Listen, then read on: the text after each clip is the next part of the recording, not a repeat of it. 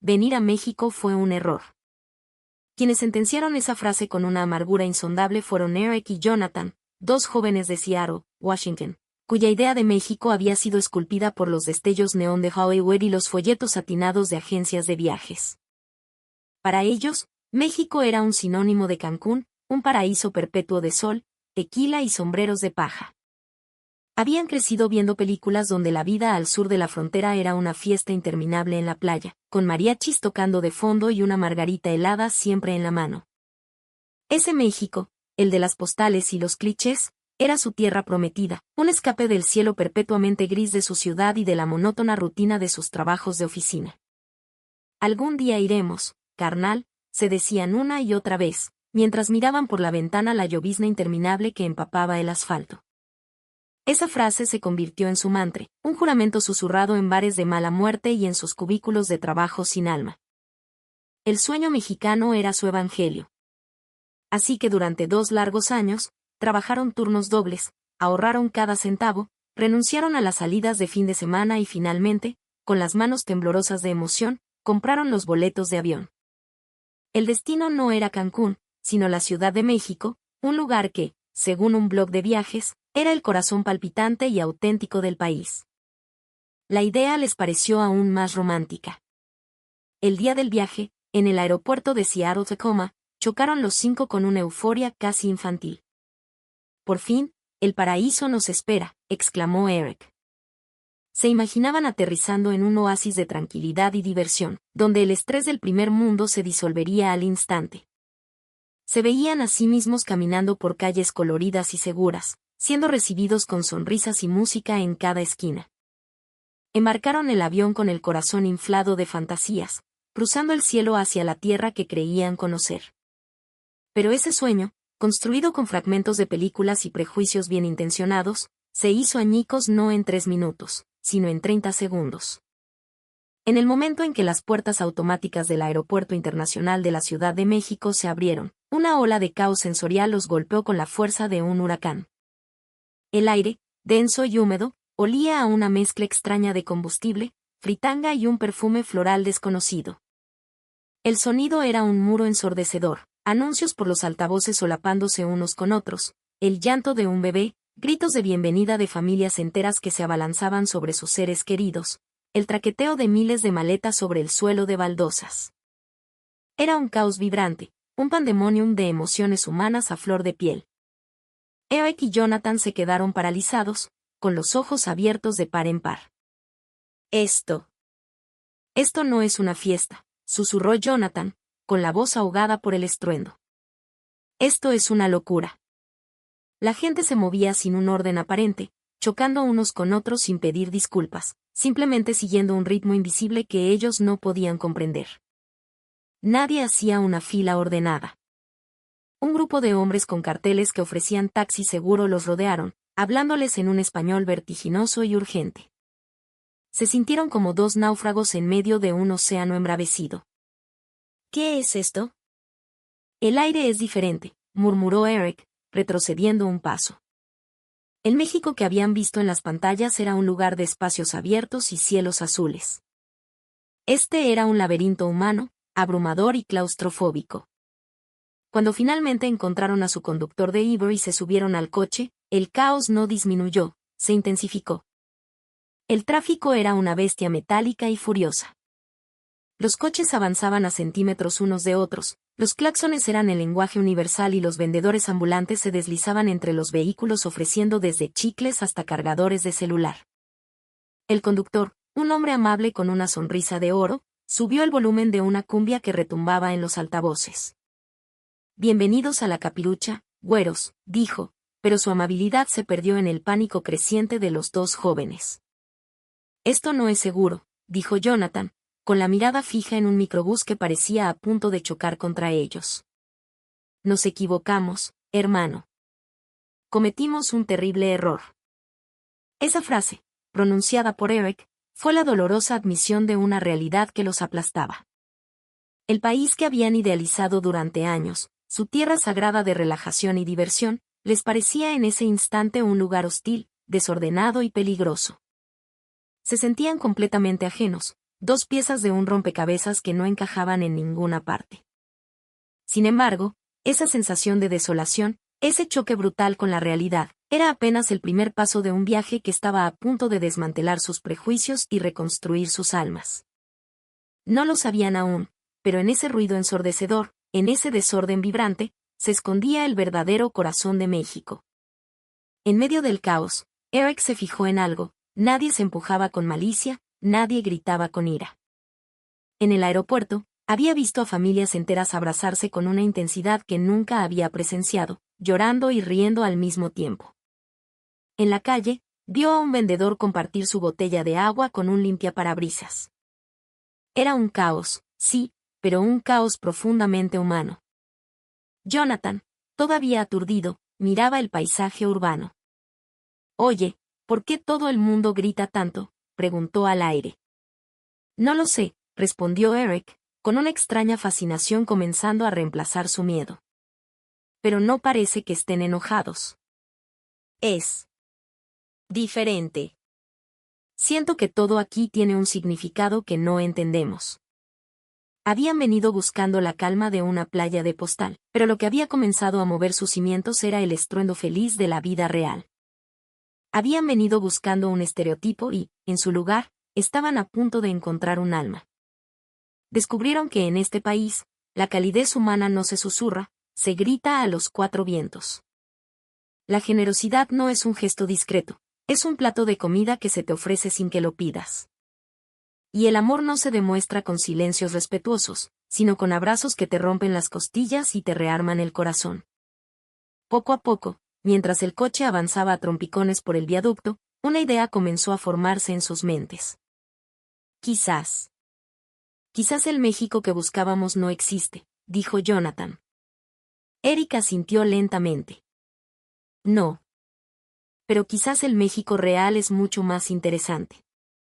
Este viaje, que había comenzado con la certeza de un error, se estaba convirtiendo en la lección más importante de sus vidas. Una lección sobre la diferencia entre la fantasía y la verdad, entre el ruido y la música, entre la soledad y la comunidad. El viaje para descubrir que el verdadero paraíso no era el silencio de una playa vacía, sino el ruido feliz de 1.000.000 de corazones latiendo al unísono. Y así, mientras la narración de su aventura se despliega, quizás también nazca un nuevo México dentro de ti. Si sientes que esta historia resuena contigo, te invitamos a suscribirte y darle me gusta. Tu apoyo es la fuerza que nos permite llevar estas historias a más personas. Además, en la descripción encontrarás enlaces a otros episodios que te tocarán el alma. Atrévete a descubrir el verdadero México. Que comience la historia de la redención de dos almas, una historia que empieza con la frase: venir a México fue un error. Bajo el cielo plomizo de Seattle, el olor a café quemado se mezclaba con la humedad del ambiente. Eric y Jonathan estaban sentados en una cafetería impersonal, sus rostros iluminados por la luz azulada de sus portátiles. Sobre la mesa, entre tazas de cartón, yacían los recién impresos boletos de avión. Las palabras Ciudad de México brillaban como un faro de esperanza. «Míralos, carnal. Son reales», dijo Eric, su voz un susurro tembloroso. «Nos vamos a México».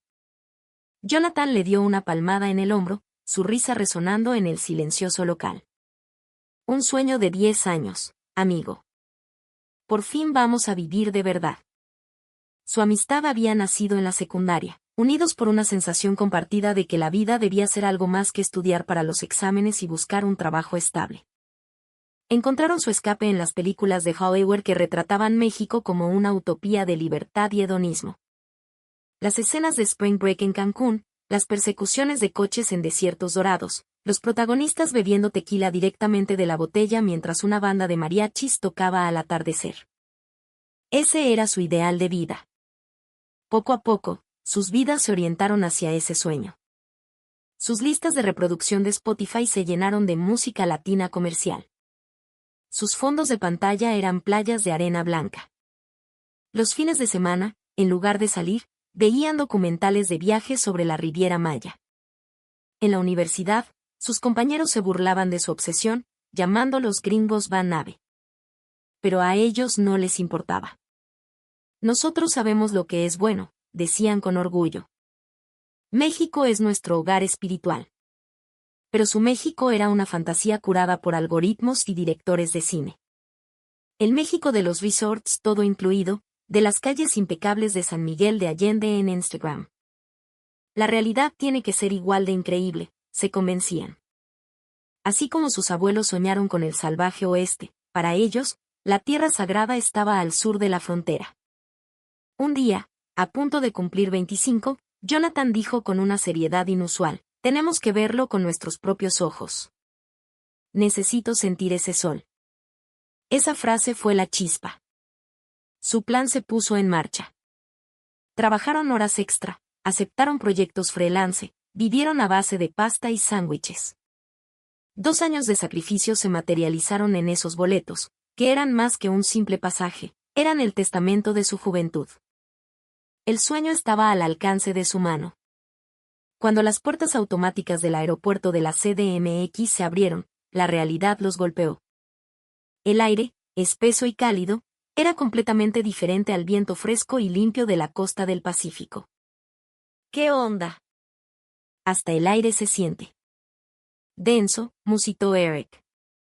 En la sala de llegadas, los anuncios en español se superponían en una cacofonía incomprensible.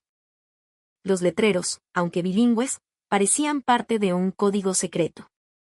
Nadie gritaba de emoción como en las películas, sino con la familiaridad de quien recibe a un primo o a una tía.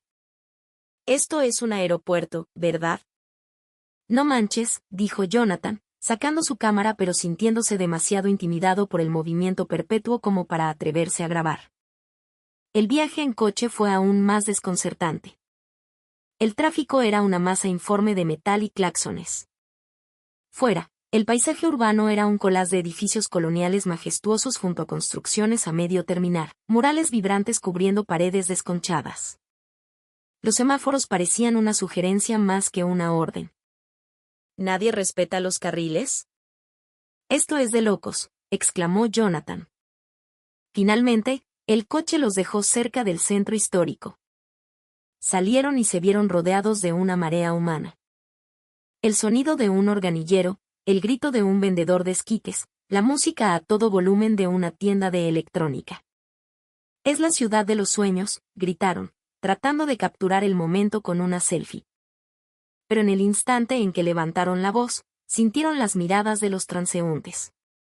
Nadie dijo nada, pero el silencio de los demás contrastaba con su propio bullicio. La sensación de ser un espectáculo, de no pertenecer, comenzó a helarles la sangre. Oye, como que no encajamos aquí, dijo Jonathan. Eric forzó una sonrisa, pero por dentro, una inquietud profunda comenzaba a crecer. La realidad de la capital mexicana era un torbellino de vida cruda, muy lejos de la fantasía pulcra y ordenada que habían imaginado. Su primera incursión fue en la legendaria Friki Plaza, un lugar que les habían recomendado como el paraíso de los geeks. Imaginaban un espacio moderno, quizás como una Comic-Con en miniatura. Lo que encontraron fue un edificio de varios pisos, un laberinto de locales pequeños y abarrotados, con un olor peculiar a plástico nuevo, comida rápida y sudor adolescente. El ruido era abrumador. Desde una esquina, el opening de Dragon Ball Z cantado a todo pulmón por un grupo de jóvenes. En otra, gritos de euforia por una partida de Smash Brothers. Esto es intenso, susurró Jonathan. Los clientes no miraban los productos en silencio, los agarraban, discutían sobre ellos apasionadamente, se abrazaban al encontrar una figura de colección rara. Se sentían como en una biblioteca que de repente se hubiera convertido en un estadio de fútbol. Un chico con una camiseta de Naruto se les acercó. ¿Qué onda, güeros? ¿Buscan algo chido? Su español era tan rápido y lleno de jerga que apenas pudieron entenderle. Intentaron responder en su inglés nativo, y el chico, con una sonrisa, les contestó en un inglés fluido pero con un acento marcadamente latino. Ah, son de allá. ¡Qué chido! Les gusta el desmadre, ¿verdad? Aquí somos pura pasión, carnal. La palabra pasión resonó en sus cabezas. La energía de ese lugar era innegable, pero era una pasión desbordada, sin filtros, que los intimidaba. un vendedor, un hombre mayor con un bigote imponente, les habló del último capítulo de un manga con un conocimiento enciclopédico y un fervor que los dejó mudos. No manches, un señor así hablando de anime, pensaron. En Estados Unidos, ser friki a menudo conllevaba un estigma, algo que se vivía en comunidades de nicho. Aquí, parecía ser una expresión más de la intensidad general de la cultura, una pasión que se vivía sin vergüenza y a todo volumen. Salieron de la Friki Plaza sintiéndose aún más desubicados. Eric se miró la ropa, sus jeans de marca, su camiseta de diseño minimalista. Creo que nos equivocamos de verdad, murmuró. Jonathan asintió en silencio. En la tierra prometida de sus sueños, no sentían admiración, sino una profunda e incómoda sensación de no pertenecer. Ese dolor, sin embargo, era el verdadero comienzo de su viaje. Al salir del caos de la Friki Plaza, se adentraron en una calle lateral, y el estruendo de la multitud se atenuó. Parece otro mundo aquí, murmuró Jonathan. A pocos metros, un pequeño puesto callejero con un toldo de lona azul llamó su atención. Un trompo de carne al pastor giraba lentamente, desprendiendo un aroma irresistible. El letrero, pintado a mano, simplemente decía, Tacos el Güero. Estaban perdidos, sus teléfonos casi sin batería y la aplicación de mapas negándose a cooperar. El sol comenzaba a bajar, pintando el cielo de tonos naranjas y morados, y con la oscuridad, su ansiedad aumentaba. Decidieron acercarse al puesto, más por necesidad que por curiosidad. Detrás del mostrador, una mujer de unos 60 años, con el cabello recogido en un moño y una sonrisa tallada por el tiempo, cortaba cebolla con una velocidad asombrosa. Disculpe, comenzó Eric, su voz apenas audible. La mujer levantó la vista y sus ojos oscuros los analizaron en un instante. Vio su confusión, su miedo de turistas novatos. ¿Se perdieron, mis niños?, preguntó en un español lento y claro, como si supiera que no entendían bien. Asintieron con la cabeza. Ella dejó el cuchillo, se secó las manos en el delantal y le señaló una calle. El zócalo está para allá, derecho. Pero se ven cansados y con hambre. Siéntense, ándenle. Antes de que pudieran protestar, ya les había puesto 2 pequeños platos de plástico en las manos y, con una destreza increíble, cortó finas lascas de carne del trompo que cayeron directamente sobre 2 tortillas calientes. Añadió un toque de cilantro, cebolla y un trozo de piña. Pónganle salsita, pero con cuidado la roja, que esa pica de veras, dijo con un guiño. Se sentaron en unos bancos de plástico desvencijados. El primer bocado fue una revelación. El sabor era una explosión de notas ahumadas, dulces, picantes y frescas. Nunca habían probado algo así. Era 1000 veces mejor que cualquier comida de restaurante caro. Comieron en silencio, devorando taco tras taco. Cuando intentaron pagar, la mujer negó con la cabeza. No, ¿cómo creen? Es para que se lleven un buen sabor de boca de mi México. Cuando uno está perdido, lo primero que necesita es un taquito y un alma buena. Les sirvió un vaso de agua de horchata. Para el susto. Se quedaron sin palabras. Esta mujer, que apenas los conocía, los estaba tratando con la calidez de una abuela. La llamaron señora, pero ella los corrigió. Díganme Elvira. Y ustedes son mis güeros de hoy. Fue en ese momento, sentados en un banco de plástico en una calle anónima de la Ciudad de México, comiendo tacos de un puesto callejero, cuando algo dentro de ellos cambió fundamentalmente. El ruido de la ciudad ya no sonaba amenazante, sino como el murmullo de fondo de 1.000.000 de vidas entrelazadas. El caos de la gente ya no parecía desorden, sino una forma de comunidad vibrante y tangible. En casa, comenzó Jonathan, nadie haría esto. Te darían indicaciones y ya. Aquí nos dieron de cenar, completó Eric. Doña Elvira les contó historias de su barrio, de sus hijos, de cómo aprendió a hacer tacos de su propia madre. No hablaba de grandes hazañas, sino de la belleza de lo cotidiano, de la importancia de cuidarse unos a otros. En México, mijo, a lo mejor no tenemos mucho dinero, pero nos sobra corazón para compartir. Esa frase, nos sobra corazón, se les quedó grabada.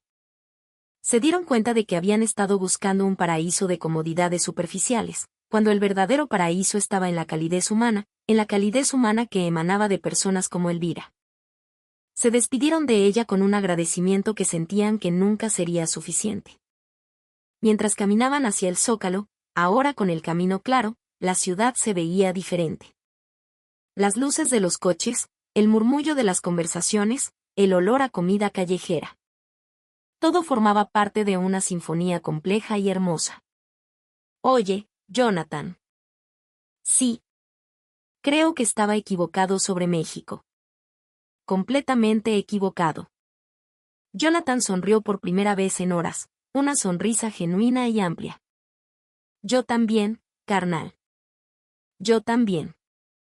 Su viaje de decepción se había transformado, gracias a un plato de tacos y un corazón generoso, en un viaje de descubrimiento. A la mañana siguiente, el aire de la Ciudad de México se sentía diferente, cargado de una nueva posibilidad. El recuerdo de la amabilidad de doña Elvira había disipado gran parte de su ansiedad. Decidieron que en lugar de seguir un itinerario turístico, simplemente caminarían y observarían. Su viaje los llevó al mercado de artesanías de la Ciudadela. A diferencia de las tiendas minimalistas y silenciosas a las que estaban acostumbrados, el mercado era una explosión de color y sonido. Los pasillos estaban repletos de textiles bordados con flores vibrantes, calaveras de azúcar pintadas a mano, alebrijes con formas fantásticas y un arco iris de cerámica. El aire olía a cuero, a madera de copal y al murmullo constante del regateo amistoso. Se sentían cohibidos con su ropa de tonos neutros, como dos pinceladas de gris en un lienzo de technicolor. Un artesano oaxaqueño, un hombre mayor con la piel curtida por el sol, los vio admirando una camisa de lino con intrincados bordados de colibríes. Ese no es solo un dibujo, joven, dijo, acercándose.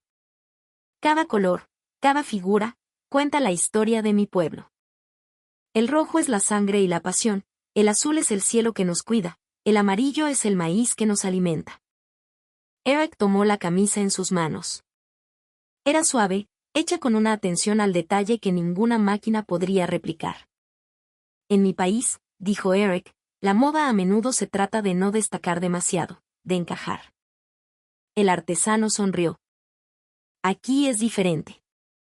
Aquí, llevar color es celebrar que estás vivo. Es compartir tu alegría con el mundo. No es para presumir, es para convivir. Esa palabra, convivir, resonó con lo que habían aprendido la noche anterior. Compraron 2 de esas camisas. Al ponérselas, se sintieron transformados. No era solo un cambio de ropa. Era como si se hubieran puesto una nueva piel, una que les permitía participar en la vibrante paleta de la ciudad en lugar de ser meros espectadores. Se miraron en el reflejo de un puesto de espejos y por primera vez, no parecían turistas perdidos, sino parte del paisaje. Con su nueva apariencia, su perspectiva cambió. Empezaron a notar la belleza en lo que antes consideraban desorden. Vieron que los grafitis que cubrían las paredes no eran vandalismo, sino murales impresionantes que contaban historias de la revolución, de leyendas aztecas y de la vida moderna. El ruido de la calle se descompuso en sus elementos, la risa de unos niños jugando fútbol, la melodía melancólica de un bolero saliendo de una ventana abierta, el pregón rítmico del vendedor de tamales. Se sentaron en un banco en el Parque México, en la Condesa. Vieron a un grupo de ancianos jugando ajedrez con una concentración feroz, a paseadores de perros manejando una docena de correas con una habilidad de malabarista, a una pareja de jóvenes bailando danzón al ritmo de un pequeño altavoz. Nadie estaba en su propio mundo, mirando su teléfono. Todos estaban presentes, interactuando, viviendo en comunidad. Es increíble, dijo Jonathan. En Seattle, un parque a menudo es un lugar de soledad compartida. La gente está junta, pero separada. Aquí todos están realmente juntos. Se dieron cuenta de que los clichés que tanto amaban, el mariachi, el tequila, las fiestas, no eran la esencia de México. Eran solo la superficie. La verdadera esencia era esta conexión humana, esta capacidad de encontrar alegría y comunidad en los espacios más simples. Era la fuerza que emanaba no del silencio y el orden, sino del bullicio de la convivencia. ¿Sabes?, dijo Eric. Las películas de Hollywood siempre muestran a los mexicanos como gente ruidosa y fiestera. Y lo son. Pero se equivocan en el porqué. No es por falta de seriedad. Es porque tienen mucho que celebrar, la familia, la comida, la vida misma. Sintieron que por fin estaban empezando a entender. Su viaje ya no era sobre encontrar un paraíso de postal. Se había convertido en un aprendizaje profundo sobre cómo vivir de una manera más conectada, más colorida y, en última instancia, más humana. El sol de la tarde se filtraba a través de los árboles, bañándolos en una luz dorada. Se miraron el uno al otro, vestidos con sus camisas bordadas, y sonrieron. El sentimiento de error se había desvanecido por completo, reemplazado por una gratitud inmensa. El último día de su viaje, el cielo de la Ciudad de México estaba despejado, de un azul tan intenso que dolía mirarlo. Pero la ciudad debajo seguía vibrando con su ritmo habitual, una sinfonía de vida que ahora les resultaba familiar y reconfortante. Su primer y único destino del día era el puesto de tacos de Doña Elvira. Cuando llegaron, ella estaba allí, como si el tiempo no hubiera pasado, despachando tacos con la misma sonrisa y eficiencia. Al verlos, sus ojos se iluminaron. «Mis güeros». «Regresaron», exclamó, y el saludo sonó como una bienvenida a casa. Llevaban puestas las camisas bordadas que habían comprado en el mercado. Elvira las notó al instante. «Ándenle. Ahora sí parecen de aquí. Se ven muy guapos». Habían vuelto para agradecerle y, sobre todo, para pagarle la cena de la otra noche. Eric sacó un fajo de billetes, pero ella lo apartó con un gesto firme de la mano. «Guarden eso. La comida que se da con el corazón no tiene precio. El mejor pago que me pueden dar es esa sonrisa que traen». Insistieron, pero ella fue inflexible. En su lugar, les pidió que se sentaran y les sirvió 2 tacos campechanos. Esta vez, comieron sin la prisa del hambre o el miedo, saboreando cada bocado, escuchando las conversaciones de los otros clientes, sintiéndose parte de esa pequeña comunidad reunida alrededor del trompo de pastor. Le contaron, en su español torpe pero entusiasta, lo que habían hecho, lo que habían aprendido. Le hablaron del mercado, de los murales, de la gente en el parque. Ella escuchaba sintiendo, como si estuvieran confirmando verdades que ella siempre había conocido. «Ven», dijo. «Mi México no es lo que sale en sus películas. Es esto. Es la gente. Es el corazón que le ponemos a todo, hasta a un simple taco». Un hombre que comía a su lado, al oír su acento, se unió a la conversación. «¿De dónde son, amigos? Bienvenidos. ¿Ya probaron el mezcal? ¿Y los chapulines?»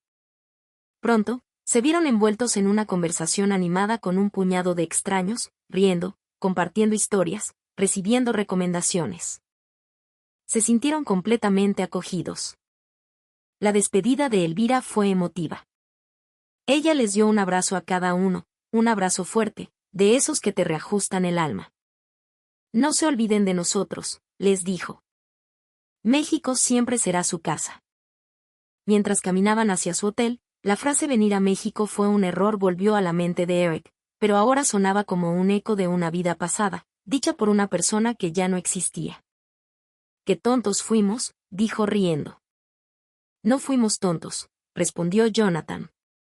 «Solo estábamos ciegos. Necesitábamos que alguien como Elvira nos abriera los ojos».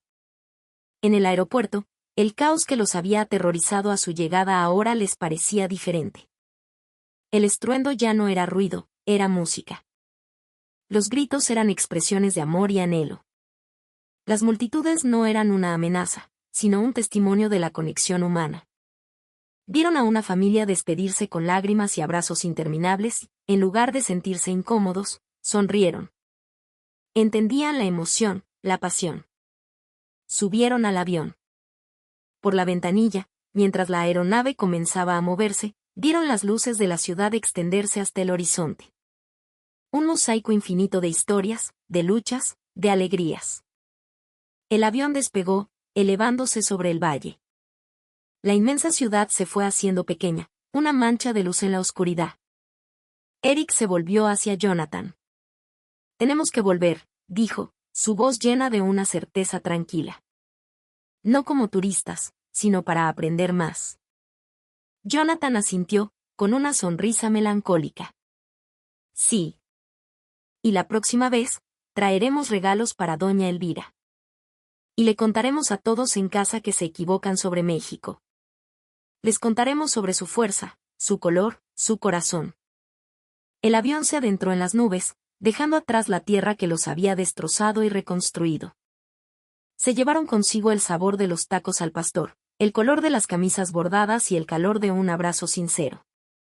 No habían encontrado el paraíso de fiesta que buscaban. Habían encontrado algo infinitamente más valioso, un pedazo de verdad humana. Venir a México no había sido un error. Había sido una bendición disfrazada de caos. Una lección que les enseñó que los lugares más hermosos del mundo no son los que se ven, sino los que se sienten. Su historia terminaba aquí, pero la enseñanza silenciosa de México,